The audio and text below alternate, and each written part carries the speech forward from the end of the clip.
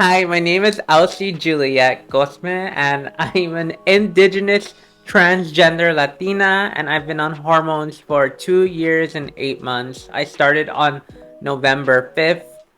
No, not November, I'm sorry. March 5th, 2021. So almost 3 years now. Right. So the initial motivation for me starting HRT is actually a long story, as is every other trans person story. Obviously, it's gonna be different for every single trans person, but for me, it's kind of been like I have had these feelings that I wanted to express myself as a woman for a long time. I would say as early as like 5 years old, but obviously growing up in like a Latino, Latina, whatever household, and with all those, I don't know, growing up working class family, poverty mixed in with all the expectations of being a Latino, I would say, you know, a lot of things happened. I couldn't express myself. And basically, I had to delay transitioning up until the later years out of fear because I was very scared.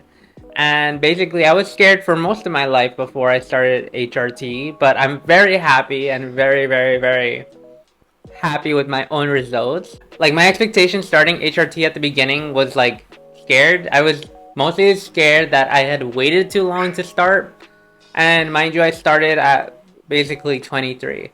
I'm 26 now, almost 3 years on hormones, and my expectations were just like thrown out the window because I would say that the changes when you start hormones, at least for me, were very fast. Like I started changing a lot physically. So, physical changes, a lot of physical changes. I would say the first thing that you're gonna start to notice is probably your skin starting to soften. Like that happened pretty early on, and then your hair stops to grow as much, and obviously you get a lot of like fat redistribution, titty growth, breast growth. And I would say all of that is kind of slow. The first year of like hormones for me personally is like, I would say for a lot of people it's probably like the awkward year, very like, I don't know, it's just very awkward. But you are gaining a lot of weight throughout that time because of the estrogen.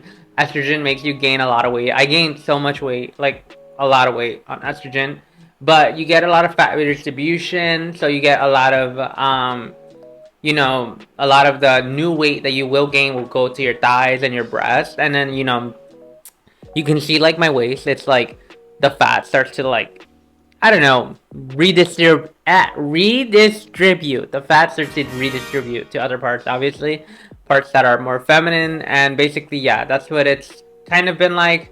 Again, to sum it up really quickly, first year is very slow. Second year is like you start to really take form, and then after like 2 years, I would say it's just like finalizing. I don't know. This is what I got after like 2 years and 8 months. So this is where I'm at. I guess I can show my body. Hold up.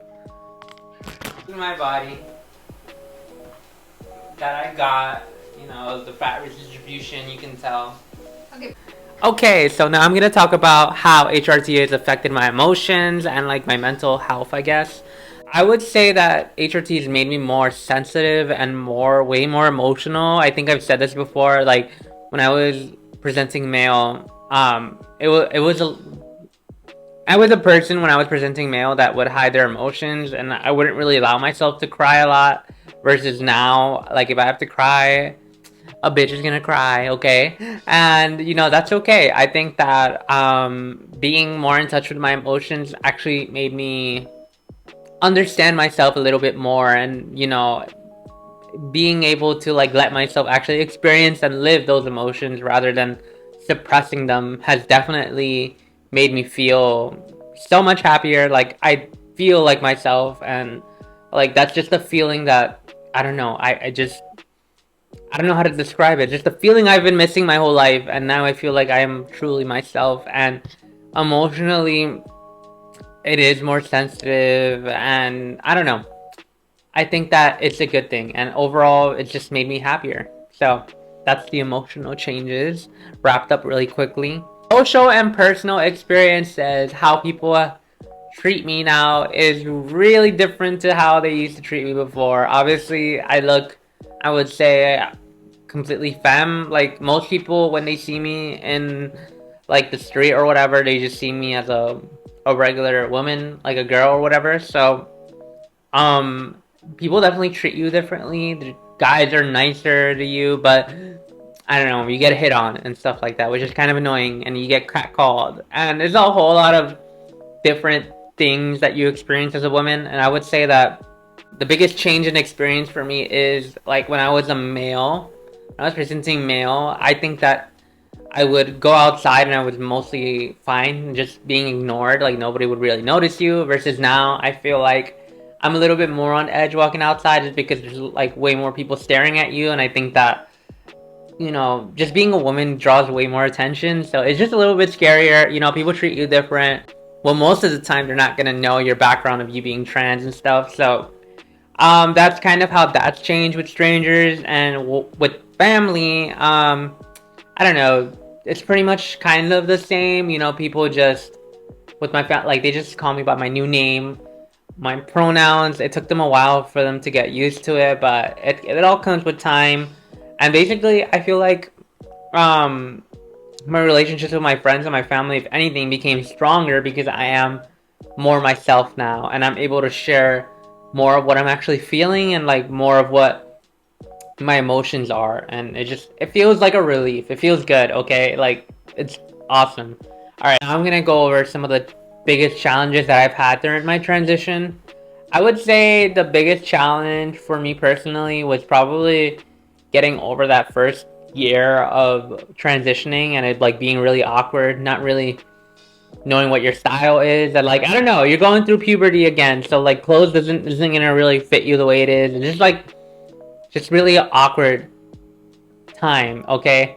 And for me, I think my biggest fear was that people would find out that I'm trans and they would somehow, feel some kind of way about it because, obviously with how, politics and all, you know, just how trans people are attacked in society and in the media in general, it makes you a little bit more scared, a little bit more intimidated that if people knew you were trans, they would probably think or do something bad to you. I don't know. It's just a fear and a constant challenge that you have to live with. Well, I live with being trans, and it's just like a constant fear, but doesn't stop me from living my life. It's just something that's been a challenge for me, and like just dysphoria, just feeling like, I'm not.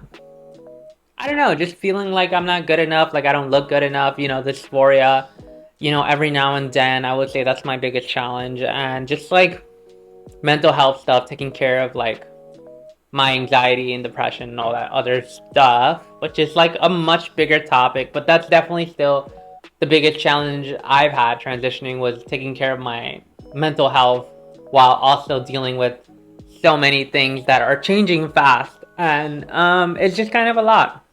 And it's a very sensitive period. So that's kind of like a challenge, but it's definitely worth it in the end. Like I'm way, like I can't say it enough how much happier I am. But yeah, let's go on to the next thing. Okay, so that was kind of really quickly a HRT update. I've been on hormones again for 2 years and 8 months. Started in March 5th, 2021. So yeah, it's been a while, almost 3 years now, and I still can't believe it. It's a really crazy ride and very emotional. So I want to just give out some advice to any of you guys that are possibly considering going on a similar journey on HRT. I would say that if you feel it in your gut that it's you and you want to go on HRT, I would say that you should do it, because if it means being yourself full time and living for yourself and living for your own happiness, I would say that's 1,000% worth it. And another big advice I would say is to just focus on a support system, whether it's friends or family or someone you can really count on. I'm gonna say that, especially with LGBTQ and all this stuff, family sometimes doesn't always act like family. So sometimes you might have to lean into some friends or some other people as your support system. But just look for anyone who supports you, and I think you should value that friendship or value them more if they're supporting you, because you should be surrounded with people that love you and support you and are gonna like, they're gonna be with you no matter what. like, you know? So that's my biggest advice to you, is to just focus on the good and don't focus on more or less all that other stuff that's like going on in politics, all that stuff. You're better off just focusing on how you can better your own situation and how do you make yourself happier so that your existence can be, I don't know, funner, better, you know, worth living, I guess. And yeah, that's my biggest advice, is to just do it, because there was a point in time where there was a lot of points in time where I thought I would never transition, but here I am, and I'm really happy, and I want to just spread the word to you, because I was probably one of you guys if you're watching pre-transition. So I just want to say that you can do it, and I'm proud of you. And yeah, if you want to watch more of my videos, I'm going to be uploading more regularly. I'm going to post my social medias here. But anyway, don't forget to subscribe. I'm going to post more content about me being trans and any other stuff. I have a lot of topics I could have made 1,000 other videos on, so let me know in the comments down below if there's anything you want me to cover, any questions you have. I have a Discord, so make sure to join our Discord community. Subscribe on my YouTube, turn that bell notification so you don't miss a video whenever I upload a new video. And I'm also on Instagram and TikTok, so make sure you follow me on all of those. And yeah, I hope to see you guys around, and I'll see you in the next video. Bye!